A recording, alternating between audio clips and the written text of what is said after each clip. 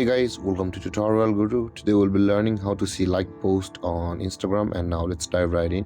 Now to see like posts on Instagram, first open up your Instagram app, and from over here guys, at the bottom right corner of the screen, you can see your profile picture icon on a small circle. Tap on that, and again over here on this event, on this interface at the top right corner of the screen, you can see the three lined icons. Tap on that three lined icon, and over here you can see guys where there is the category how you use Instagram, and over here you can see the third option where it says your activity.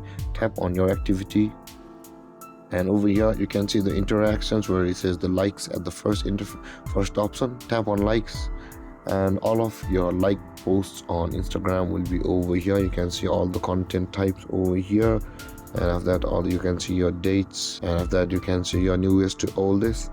And with that being said guys, this is how to see like posts on Instagram. And if you have any confusions or questions regarding the topic, feel free to comment in the comment section below, and don't forget to like, subscribe and hit that bell icon for more videos.